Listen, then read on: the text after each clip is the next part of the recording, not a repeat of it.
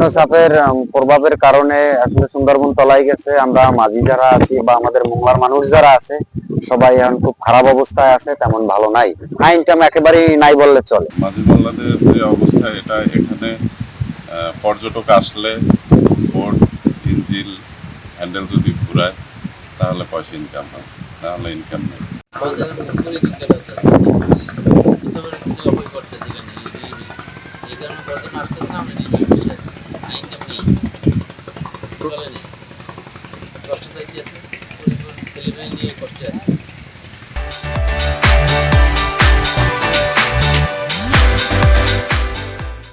আপনারা দেখছেন যে বৈরী আবহাওয়া, গভীর নিম্নচাপ, নদী উত্তাল।